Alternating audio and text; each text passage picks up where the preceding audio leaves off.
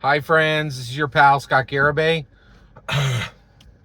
and today we're going to talk about Dungeons and Dragons, and we're going to talk about an incredible saying by Amelia Dimoldenberg, the girl who does Chicken Shop Date. She actually referred to herself as Chicken Shop Date Girl, right? And basically it's like Hot Ones, but better. So basically, Amelia Dimoldenberg, she's been working for 10 years, and recently her show popped off. And so, what was her show? So it's called Chicken Shop Date, and she pretends to go on a date with a celebrity, and they're pretending that they're on a date in a chicken shop, but she interviews them then, and and she's kind of snarky, she's kind of rude, she's a little bit sarcastic, right? And it's a very dry British humor, but it is absolutely brilliant, and it's blown up huge, and she has a success on her hands. She recently and now she's become such a celebrity that one of the things she does is she's considered for like hosting events. Like hosted the Barbie she hosted the Barbie what was it again? Red carpet, right? So I thought that was very interesting. And so at that point, she does her thing, right? And then recently she was put on Samir and Colin, and they have a show where they just talk to people who are on. Um, they have a show where they talk to people who have made it on YouTube, and ask them questions about how did you get here? How did you make, so many people go on YouTube and they never succeed, but how did you succeed, right? So they had her on. And so they asked this great question. They're like, how do you do this? Like, how do you get the guests prepped for what you're doing? Because what you're doing is a little weird. They said a little bit nicer than that, but she's like, yeah, what we're doing is very unusual. And not all guests really know how to do this. And she actually said when she began, she didn't even know how to prep people, right? She would just run in and do it and then run out, right? But she said how she gets people prepped for it right now is they have the talent for 1 hour, and I think that is and they shut down a chicken shop. They literally pay for like a 3 hour block where the chicken shop is literally closed, and it's just them in the chicken shop. But they only have the talent for 1 hour, right? And the person that's being interviewed, right? And so they come in and in 10 minutes they have them up and ready, make up the whole nine, right? And mic'd, ready to go in 10 minutes, right? So then they have 30 minutes for the interview, and then they have a 10-minute spin down. This is very fast, and it's one of the reasons why her thing is successful, right? Because it's pretty incredible. So she says, okay, when I bring them in, I say hello, and I say, relax, don't overthink it, right? And then here's what she said that is the whole reason for this video, and that we need to pay attention to as Dungeon Masters. She said the following.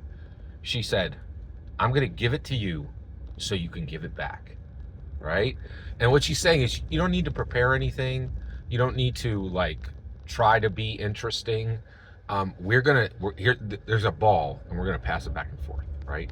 And I have the ball right now, and I'm going to give it to you to give it back, right? Now, I use the ball metaphor, right? But the reality, listen to what she said. She said, I'm going to give it to you so you can give it back. And I thought this was so brilliant, right? And I think when we're playing Dungeons and Dragons, right, there's 1,150 pages that you need to know as bare minimum to play Dungeons and Dragons. That's the DMG, the PHB, and the MM. And the idea that players don't need to read all three of those books is ludicrous. You really only hit peak D&D when everybody at the table has read all three of those and a lot more, right? And when we've done that, we can actually do exactly what Amelia Dimoldenberg is talking about, right?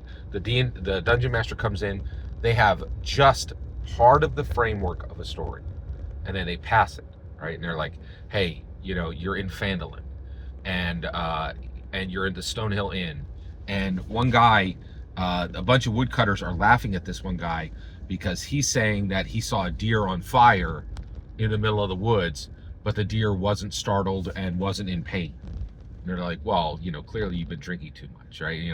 And so you're giving it to them, and then they're going to give it back, right? And the give back is the the player character's getting up and saying, hey buddy, come join us at our table, right? We want to treat you to a meal and a drink, right?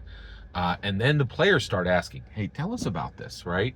And then they get information, right? And they look at each other and they're like, let's go, like, let's go into the, they're going to give it back, right? And then it's the dungeon master's turn, and then it's their turn. And the thing is, it has to flow back and forth. I'm going to give it to you so you can give it back, right? And when I heard that, I was like, oh my gosh, I'm a storyteller. I know exactly what that means, right? And she does too, right? And most of the people she's having in, they're storytellers too, right? They might be telling stories of music. They might be telling stories on streaming. They might be telling stories on the big screen.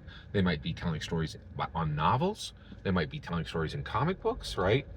And this just really blew me away, and I was incredibly impressed with this saying, I'm going to give it to you so you can give it back. There's also a problem. If person doesn't know Dungeons and Dragons, this cannot happen, right?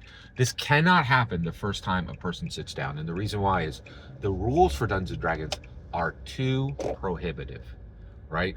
And we try to work around this. We're like, oh, you're going to play a fighter. You can't play a wizard. It's too complicated. Oh, you're going to play a fighter.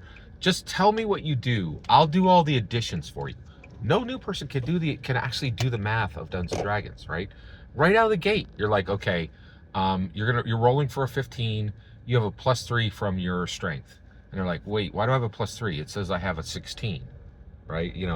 And right there, I've given it to you, but you don't give it back. You bobble it. It falls on the ground, and this has got to get fixed. We've got to get to a point where the rules of Dungeons and Dragons have a gear down mode where we can just gear it down, and new people can do what she's saying. I'm going to give it to you so you can give it back.